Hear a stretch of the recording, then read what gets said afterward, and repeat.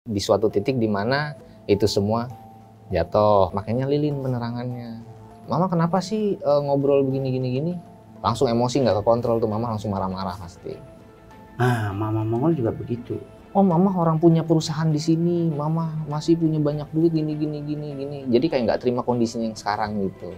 Pernah kebesit nggak dalam pikiran Tiko bahwa jangan-jangan di rumah Tiko ada hal-hal yang berhubungan dengan makhluk halus? Toh mereka nggak ganggu selama ini gitu kan, atau mungkin misalnya ada juga mereka nggak meresahkan gitu. Jadi ya ada lumayan banyak juga sih yang tahu-tahu nongol entah dari mana datangnya. Muncul gitu, ada des gitu, datang aja gitu. Lalu coba di Bali untuk nangkep leak. Bener. Itu kan Buat peliharaan di rumah lumayan.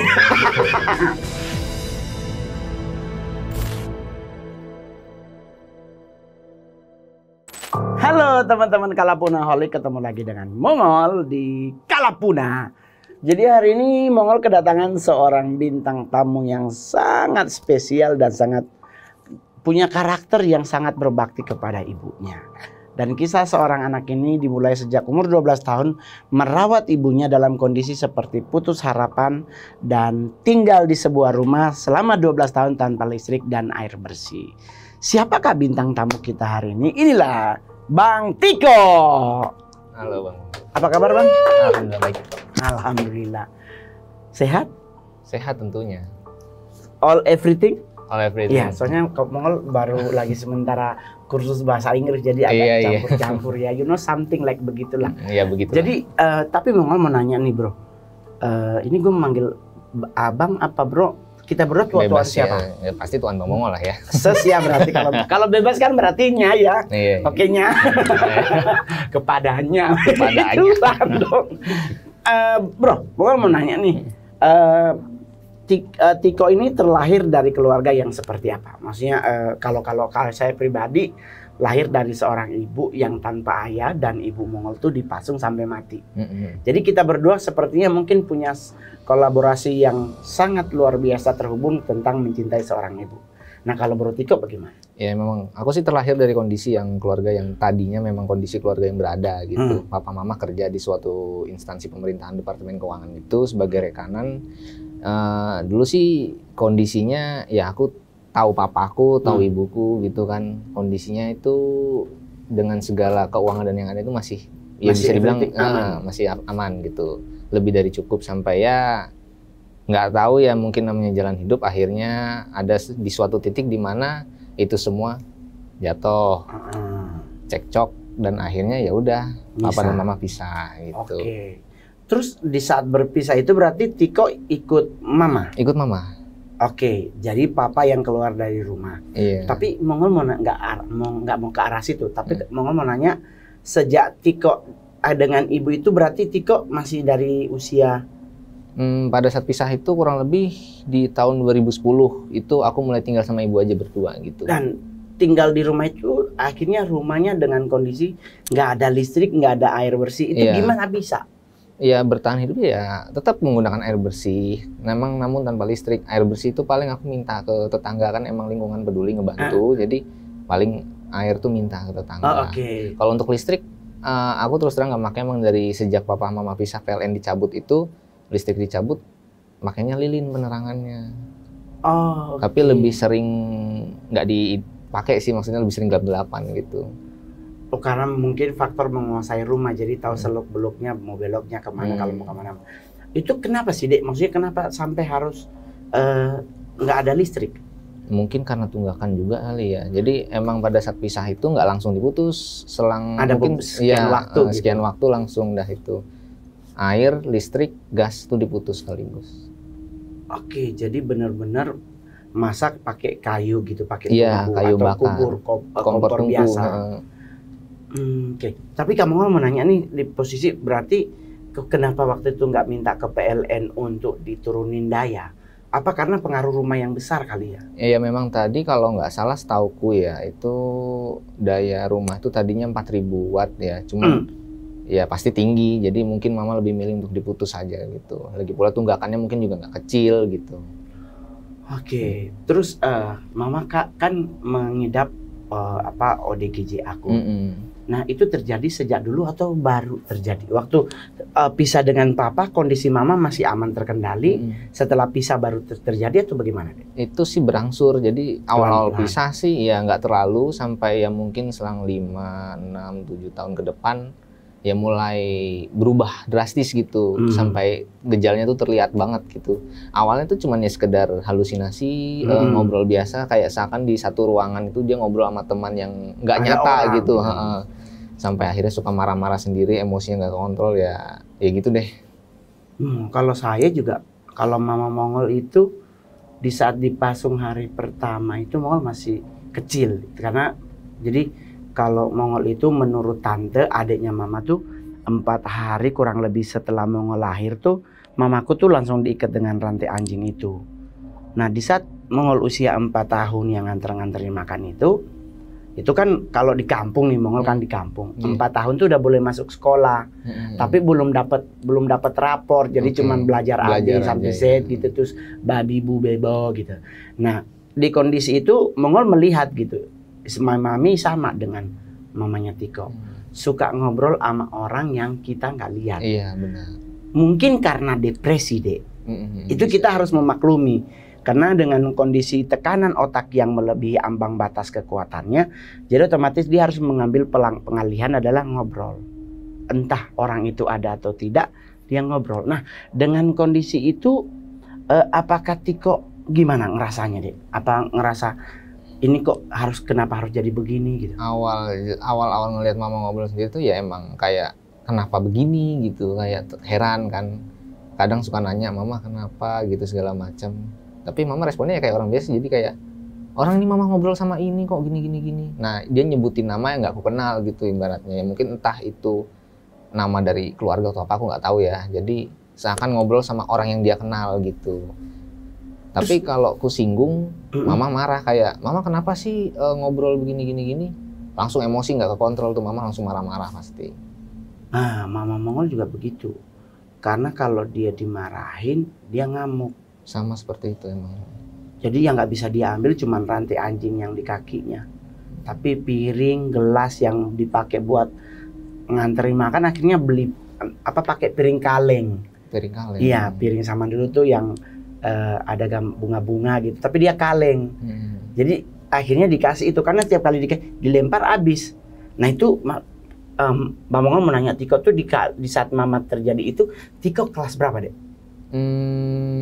Mulai parahnya sebenarnya belum lama ini ya, tapi semenjak papa pisah itu aku kelas 6 SD itu udah mulai ngomong sendiri. Pas awal-awal pisah itu sama papa itu udah mulai ngomong sendiri. Cuman emosinya masih aman gitu, tapi mungkin kurang lebih 4 tahun belakangan ini yaitu emosinya mulai parah. Jadi kayak aku nggak memicu mama marah, nggak menyinggung hal-hal sensitif, tapi tahu-tahu marah gitu tanpa sebab. Kadang yang nggak udah hujan badai gitu. Terus marahnya juga nggak jelas gitu apa yang dimarahin, tahu-tahu marah karena ini, marah karena itu gitu. Oke. Terus saat ini kondisi mama udah stabil? Di rumah sakit sekarang sih syukurnya udah kondisinya udah lebih baik dari sebelumnya, jauh lebih baik dari sebelumnya. Dari sebelumnya.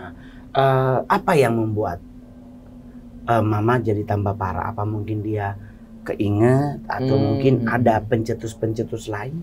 Kalau yang aku praduganya mama itu kayak, jadi pikirannya itu kayak masih stuck di masa lalu, jadi kayak di posisi masih jayanya gitu, masih di atas. Soalnya kalau marah atau emosi itu lebih sering ngebahas tentang kayak, oh mama orang punya perusahaan di sini, mama masih punya banyak duit gini. Jadi kayak nggak terima kondisinya yang sekarang gitu. Terus lu gimana, Dek? Menghadapi hidup dengan kondisi mama seperti itu? Ya, kalau aku tipe yang orang yang nggak peduli, maksudnya ya udah begini ya udah jalanin gitu, nggak dipikir pusing. Walaupun kadang kepikiran kayak kok begini jadinya gitu, kok jalannya begini, cuman ya udah gitu, mau gimana lagi gitu. Pernah terbesit untuk nganterin mama mungkin ke panti werda atau mungkin ke rumah sakit? Sama sekali enggak sih. Ada. Memang waktu itu lingkungan, terutama Pak RT nyuruh untuk mama dibawa aja ke rumah sakit atau dinas sosial. Cuman aku menolak dan Pak RT ngebujuk berkali-kali. Aku tetap nolak. Akhirnya Pak RT ngasih keputusan kalau memang mama nggak meresahkan warga atau mengganggu lingkungan, ya udah nggak apa-apa dirawat sendiri. Tapi nanti suatu saat kalau mama meresahkan, mengganggu atau dapat laporan tidak enak dari tetangga atau warga, ya terpaksa nanti dibawa paksa sama Pak RT gitu ke dinas. Tapi sampai saat ini sih nggak pernah sih mengganggu warga atau meresahkan, tuh nggak ada. Mama nggak pernah keluar rumah? Mama interaksi seperti biasa sebenarnya, masih belanja sayur, masih beli makan keluar, masih ya pokoknya untuk kebutuhan-kebutuhan aja gitu. Berarti kondisi seperti itu kalau bahasa orang-orang psikolog tuh berarti kayak ada apa ya? Ada semacam pemantik, mama baru marah-marah. Kalau biasa seperti biasa, sama berarti sama emak gua. Emak gua dulu waktu di Pasung sempat dibuka katanya. Terus itu kalau pagi dia masak, dia pergi ke pasar karena daerah Mongol kan di kampung, jadi nggak ada yang pakai sepeda, harus ke pasar. Jadi ya ke pasar tuh dikasih duit berapa, dia tahu mau beli apa, ntar pulang. Nanti kalau dia udah mau jam 6 sore, tuh baru mulai kejadian tuh banting inilah, ngebakar inilah, semua tuh dilakukan sepertinya bukan dia gitu. Nah, Mongol nih sempat nanya kan, itu kenapa kondisi begitu? Nah, cuman kan Tiko tahu itu emak. Kalau kamu Mongol nggak tahu kalau itu emak. Gua taunya itu kakak. Jadi gua manggil dia kakak. Padahal ternyata dia tuh emak Mongol. Nanti Mongol tahu itu mamaku adalah di saat dia hari kedua meninggal. Hari pertama meninggal aja itu Mongol yang bangunin. Gua yang nganterin makan, beliau udah tumbang, terus Mongol manggilin Oma. Oma ini gue panggil mama. Nah kakak ini gue bilangin, mak kakak nih rubuh gini, rubuh tuh tumbang toh. Terus mama bilang ya sudah nggak sekolah aja biar jo mama urus. Dah ternyata tuh udah meninggal. Nah dari jam kalau kelas 1, 2, 3 tuh kalau nggak salah sampai jam 11 zaman itu, keluarnya jam 1. Jadi dari jam 11 sampai jam 11 malam, dari 11 siang sampai jam 11 malam, sampai besoknya jam 7 pagi barulah mereka ngomong kalau kalau kita ini nganapi oma, yang nganapi mama yang ini udah begini, emak gue udah peti mati. Sekarang lu bayangin, kamu Mongol tahu emak gua dengan kondisi dia udah mati.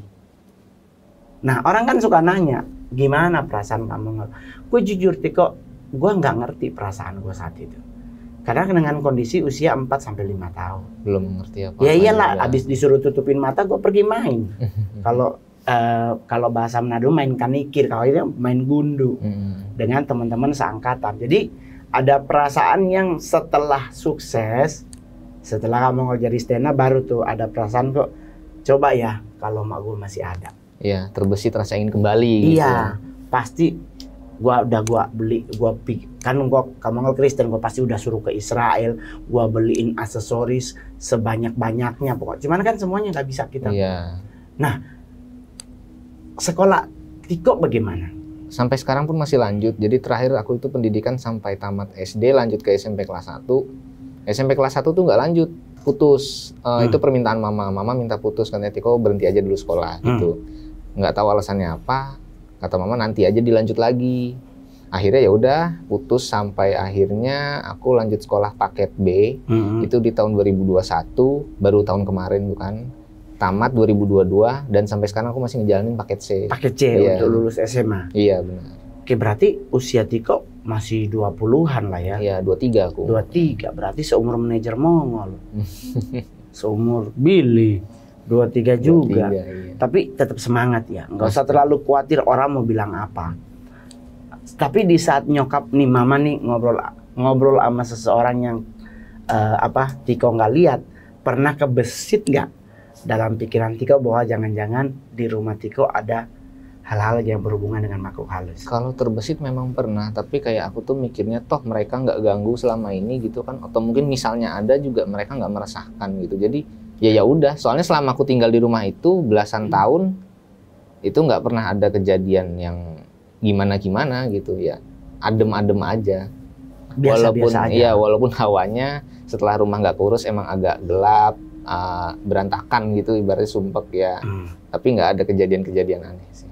Nggak ada maksudnya penampakan atau mungkin sekerlingan mata ngelihat something, karena kan menurut kondisi rumah udah nggak ada lampu kan, otomatis makin malam kan makin, kalau bahasa gaul selatan tuh spooky nice to meet you.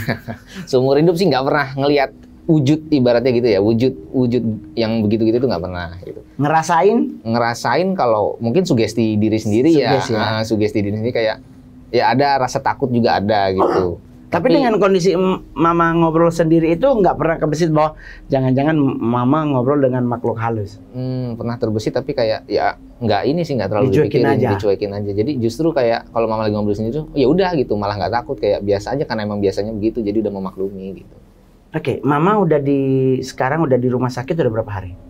Udah hampir 2-3 mingguan kalau nggak salah. Nggak ada keinginan mau diambil pulang? Ya tadinya ada, cuman kata dokter emang belum bisa untuk dibawa pulang. Lagian juga dalam masa perawatan yang sekarang kondisi juga udah lebih baik, jadi mau nggak mau ya udah jalanin aja gitu. Oke. Keluarga dari sisi mama? Belum ada kabar sampai sekarang ya, entah mungkin nanti gitu, nggak tahu sih. Kalau Kak Mongol, keluargaku nggak ada. Mereka muncul sama gua mati. Paling nangis, paling kenceng mereka bersaudara. Tapi di saat mama Mongol dipasung, nggak ada satupun yang maksudnya apa gitu. Terus Kak Mongol harus sekolah bayar sendiri. Setiap kali minta duit ke oma marah-marah. Ntar dibanding-bandingin gua mama gua. Sama dengan apa mama. Tapi kan terbesit dalam hidup Kak Mongol ada gua harus sukses. Gue harus jadi seseorang, kalau bahasa benar kita harus jadi orang. Jadi orang ya. Padahal udah jadi orang kan, kamu bilang gue setan, udah orang maksudnya. Gue harus jadi orang. Nah di saat dijadi posisi gue pencarian jati diri inilah Kak Mongol salah langkah. Kak Mongol ketemu orang, gue bergabung dengan sebuah komunitas yang tidak baik, tetapi di situ gue belajar bahwa yang namanya fase hidup harus kita jalani. Jadi Tiko juga sedang menjalani fase hidup sekarang. Tetapi jangan pernah merasa, gue nggak bisa sukses. Gak usah mikirin. Kesuksesan itu ditentukan oleh langkah kakimu dan pola pikirmu. Orang mau bilang apa, santai aja. Kayak prinsip Bang Mongol aja, anjing menggonggong, kafilah berlalu, gua anjingnya. Gua kafilahnya, lu anjingnya gitu. Lu pada ketawa, lu pada TA. Oh ya, ngomong-ngomong Bang Mongol, kenapa ibu Bang Mongol waktu itu bisa sampai dipasung gitu? Ya gue juga bingung tuh. Oh, gue juga bingung. Simpang siur berita. Simpang siur ya. Tapi berita yang paling akurat yang gue dapat adalah emak gue dulu nakal. Oke. Nakal tuh bukan perempuan nakal, enggak. Iya, Jadi kepala batu. Udah dijodohin dengan orang lain, emak gue nyari jodoh. Lu kan bayangin nih, udah dijodohin nih, lakinya udah bikin rumah, udah semuanya, tahu-tahu emak gue ikut-ikut dansa. Kan Manado tuh, jadi ikut-ikut dansa, sek. Ketemulah bapak gue lantai dansa. Mungkin dicipok, dicupang, gue nggak tahu. Mak gue langsung give up, apalagi bapak gue Cina. Mungkin mak gue denger bahasanya beda, ni hao ma, I love you, gitu kan. Udah, jadilah Mongol. Jadi gue akhirnya terbesit bahwa ya udah biarin aja. Itu masa lalu, itu adalah mamaku. Jadi kalaupun akhirnya simpang siur berita, ada yang bilang mak gue akhirnya jadi gila. Jadi kalau bahasa sekarang tuh dibilangnya jadi ODGJ. ODGJ. Iya. Kalau dulu kan kita bilangnya orang gila. Langsung ke gila aja. Iya. Sekarang kan kita nggak boleh takut disomasi. Dan mohon maaf, Tiko enak. Mama di saat terjadi sesuatu dengan kondisi psikologis, ada rumah sakit di sini yang menangani. Kak Mongol di Sangir, di Kecamatan Tamako. Rumah sakit cuma ada satu. Itu pun bukan rumah sakit jiwa. Otomatis mak gue mau dibawa kemana? Keluarga juga nggak ngasih obat, yang ada dipanggil dukun, gitu. Karena keterbatasan deh. Kalau mama kan enak di Jakarta bisa ke Grogol atau bisa ada fasilitas. Yo coy, nah ini mak gue di kampung, akhirnya ya udahlah. Jadi kalau orang mau bilang kondisi mamaku begini, gue mau nyantai. Kita berdua harus kasih tahu ke penonton Kalapunaholic bahwa fase hidup kita tuh tetap kita jalani. Kondisi apapun tetap di orang tua. Benar. Iya tuh. Apapun itu kondisi. Yoi. Sesayang apa sih Tika sama mama? Sesayang apa ya? Sesayang anak ke orang tuanya gitu. Simple sebenarnya. Nggak terbesit untuk, maksudnya nyari saudara mama untuk suruh jagain?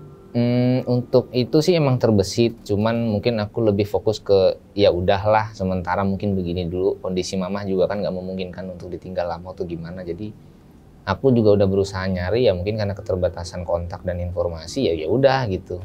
Oh iya, dengan kondisi itu juga udah susah nanya ke mama kan. Benar. Tentang hurt. hurt. Gimana ya? Kan kita mau nanya, maksudnya kekasih ada? Ada sih, sampai sekarang yang ngedampingin mama di rumah sakit pun dia kemarin. Oh dia. Uhuy. Calon menantu yang baik. Anak timur. Dia di Cibubur. Oh anak Cibubur, Cibaibur. Cibaibur ya. Anak Cibubur. Lah terus ngedate-nya di mana? Dia sih yang biasanya kesini, kalau nggak aku yang, tapi lebih sering aku kesana sih. Mama ditinggal sendiri. Mama kalau pas masih di rumah emang nggak bisa diapa-apain kan, jadi maksudnya dia yang kesini, cuman ketemunya nggak di rumah karena memang takut dia mau ke rumah pun aku ngelarang karena takut gimana nanti dapat respon negatif yang nyakitin dia gitu kan, aku nggak enak juga, jadi ketemunya tetap di luar. Itu kan Tiko nih kondisi ditinggal di rumah yang nggak ada lampu deh. Terus air ada tapi cuman buat nyuci, kalau untuk masak ngambil dari tetangga.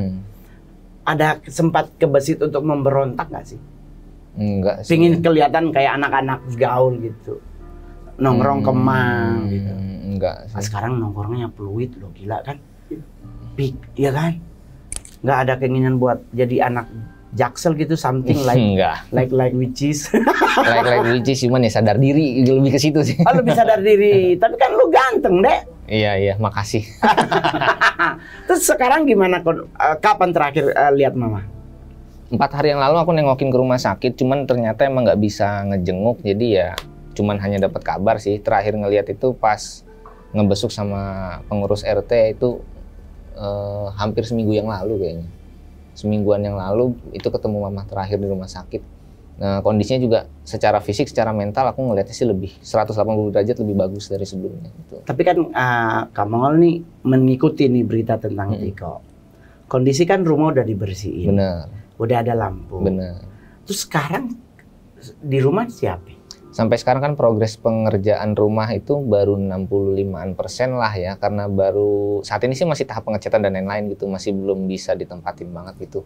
Di rumah tuh ada rekan-rekan YouTuber yang konten kreator yang lain yang ngebantu untuk ngeberesin sampai bener-bener clear semua gitu.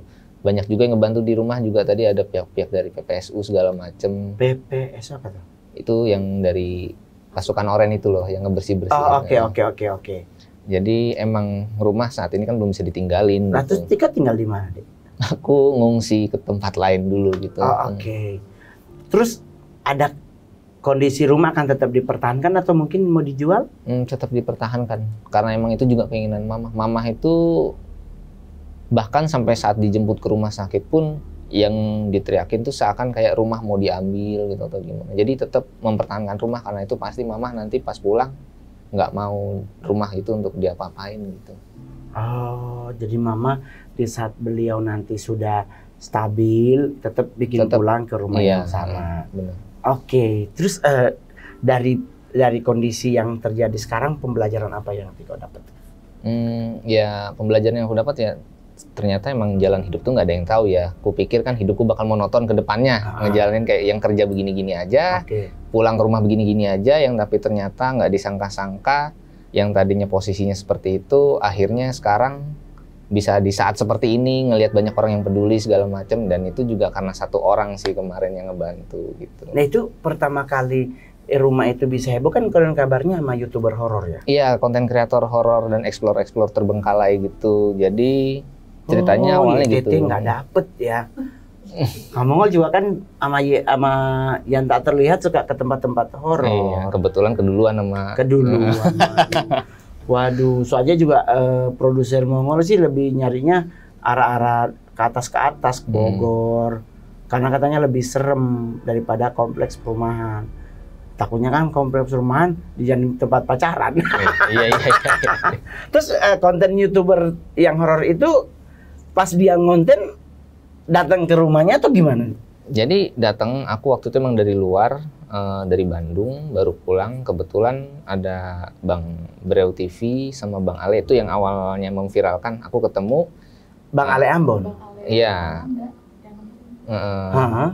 Akhirnya kita ngobrol-ngobrol karena dia pikir kan tadinya ngeduga rumah itu emang kosong, nggak ada yang ngehuni gitu. Oh berarti tempat itu yang diajak Ale ke Bang Mongol. Jadi ya udah, akhirnya kita ngobrol-ngobrol, sepakatlah dijadiin konten, walaupun yang nggak nyangka bakal naik sampai sekarang ini gitu kan, sampai viral. Kebetulan Bang Ale Mongol kenal. Dia pernah nawarin rumah buat ngonten, buat manggil. Ya, cuman kan itu. Mongol nggak, maksudnya pingin mau manggil setan Asmodeus gitu. Gue bilang, kamu Mongol tuh agak kurang tertarik, maksudnya jangan dipanggil ya Allah. Orang kita manggil mah aja dia ngamuk, apalagi manggil setannya. Terus gimana deh? Akhirnya dia ngonten jadinya di situ. Yang ngonten, ya Bang Ale awalnya ngonten, tapi dia upload di TikTok atau IG waktu itu. Pecah sampai 1,6 juta views kalau nggak salah. Rame, dan akhirnya dia calling temennya si Bang Brew ini. Jadi konsepnya yang tadinya kan mau eksplor rumah terbengkalai, karena ada aku yang ngehuni rumah, akhirnya jadi lebih ke histori rumah gitu. Jadi akhirnya ya dikulik, akhirnya Bang Brew naik di situ, pecah dan viralnya di Bang Brew gitu, di Bang Irfan ini. Sampai posisinya sekarang rame sampai sekarang. Nah, waktu pertama kali dia datang ngonten, dia penelusuran. Hanya di depan rumah, karena kan posisinya ada mama. Mama itu kalau dapat tamu atau orang dari luar tuh merasa ada ancaman, pasti marah-marah, lempar barang segala macem gitu kan. Jadi hanya sekedar di halaman, ya cuman ngesorot sambil wawancara, tanya-tanya ini sejarah rumah bagaimana gitu. Nggak sampai penelusuran ke dalam. Jadinya nggak penelusuran, tapi yang dapat adalah orang-orang yang berkecimpung di konten horor. Buat teman-teman yang suka nyari-nyari tempat kosong di konten horor, kalau ada rumah yang kosong tapi ada penghuninya, jangan dijadiin tempat buat nyari setan ya. Soalnya nggak mungkin ada tuan rumah kok setan di situ. Sampai hari ini masih ada wartawan deh di rumah? Sampai sekarang masih. Wartawan yang datang ke rumah bantu-bantu bersih-bersih atau cuman buat wawancara? Kalau dari wartawan hanya wawancara sih. Oke, dari semua wartawan yang datang, adakah yang membeli amplop? Nope. Yang konten kreator udah nggak ada lah? Kalau konten kreator nggak ada, hanya wartawan sih sampai sekarang. Sampai saat ini masih ada wartawan. Tapi entah dari mana ya itu wartawan itu. Ini kan soalnya udah jadi viral deh kemana-mana. Dan lu tuh menjadi salah satu trending topik karena seorang anak yang setia merawat ibunya di kondisi yang seperti itu. Jarang loh. Dari 100 laki-laki mungkin hanya 5. Lu, gue, dan 3 yang lain. Ikan kita kan nggak tahu. Terus dengan kondisi yang terjadi sekarang banyak nggak kira-kira? Lu bisa melihat nggak orang-orang yang datang ini datang pingin nyari tahu apa? Orang ini datang baik, niatnya baik atau cuman buat nyari nebeng popularitas? Ya ada lumayan banyak juga sih yang tahu-tahu nongol entah dari mana datangnya. Muncul gitu, udah des gitu, datang aja gitu. Ada yang bilang ya nggak kenal siapa tapi ngomong ini buat tetangga lu masih inget nggak ini, padahal mah nggak kenal aslinya. Sama kalau kayak begitu. Kamu juga pas jadi artis manggung di Kelapa Gading di MKG 3, selesai thank you gua Mongol turun ke bawah sama manajer sama asisten pribadi mau ke backstage belakang, datang lah ibu-ibu. Ron, kan nama Bang Mongol tuh Roni Immanuel. Ron, kenapa mama kita kenal baik? Tapi gini, mak gue dia kenal baik. Lah gue belum pernah lihat dia mama gue. Gue taunya, maksudnya bahkan waktu mak gue mati aja dia nggak ada. Iya. Terus pakai jadi Ron itu mana ini masih kita keponakan. Udah mati. Pas gue jadi artis lu muncul, gue dulu gembel lu hilang. Ya, ada asas manfaat di tengah-tengahnya kan. Tapi kan kita juga nggak boleh marahin deh. Ya kita tetap terima aja. Cuman kalau udah mengarah-mengarah jadi ini kan kita kasih yang ada anak umur. Oh iya, kalau begitu tinggal nomor jo nanti orang hubungi. Berapa mau nomor? Gue kasih nomor asisten sampai tuan datang nggak akan pernah. Tapi kan ngomong-ngomong katanya dapat tawaran kerja deh dari seorang pengusaha. Kerja di pengusahanya bidang apa dan ditawarin untuk jadi apa? Yang jelas suatu perusahaan yang emang perusahaannya juga bonafit dan emang dia punya banyak perusahaan gitu. Jadi emang ditawarkan dan posisinya sekarang aku masih jadi bahan pertimbangan untuk kerja-kerja seperti itu karena selain dari dia pun ada tawaran kerja juga di tempat lain gitu. Pertimbangannya itu bukan karena aku menolak tapi karena posisinya sekarang juga kan aku masih sekolah. Ya selain sekolah, aku masih nyelesain progres rumah yang sekarang, belum nyanti ngurus mama pada saat pulang segala macam. Jadi masih banyak yang lebih dulu harus diprioritasin sebelum kerja gitu. Toh posisinya sekarang aku tadinya kan kerja security ya, mungkin sampai saat ini pun aku masih di situ gitu. Security di kompleks. Soalnya selain deket dengan rumah, jadi bisa bolak-balik ke rumah mantau mama juga gitu. Oh iya, bisa makan di rumah, bisa istirahat ngerokok sebats dulu, terus balik lagi ke pos. Terus kalau cita-cita lu apa deh? Pingin kalau gua kan dulu waktu masih kecil, SMP, SMA, Kamongol punya cita-cita satu. Gua pingin jadi duta besar. Duta besar. Gua pingin jadi kerja di departemen luar negeri. Gue pingin jadi duta besar Filipina. Gue cita-citanya tuh waktu itu sampai pingin cari fakultas hukum jurusan hukum internasional. Nah sekarang kan udah ganti ke FISIP. Cuman kan sekarang kamu jadi stand up. Nggak masuk banget ya. Nggak ketemu. Jaka Sembung bawa golok. Ngondek berdua.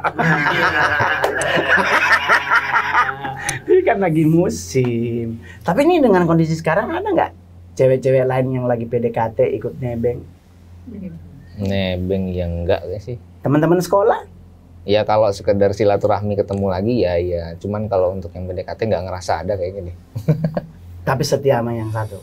Satu aja deh, orang dua aja mumet. Satu pusing, dua apa lagi? Ya, lu kalau punya pacar satu, setidaknya sama lu bisa beliin cincin emas. Kalau lu pacar lu dua, ginjal lu ikut hilang.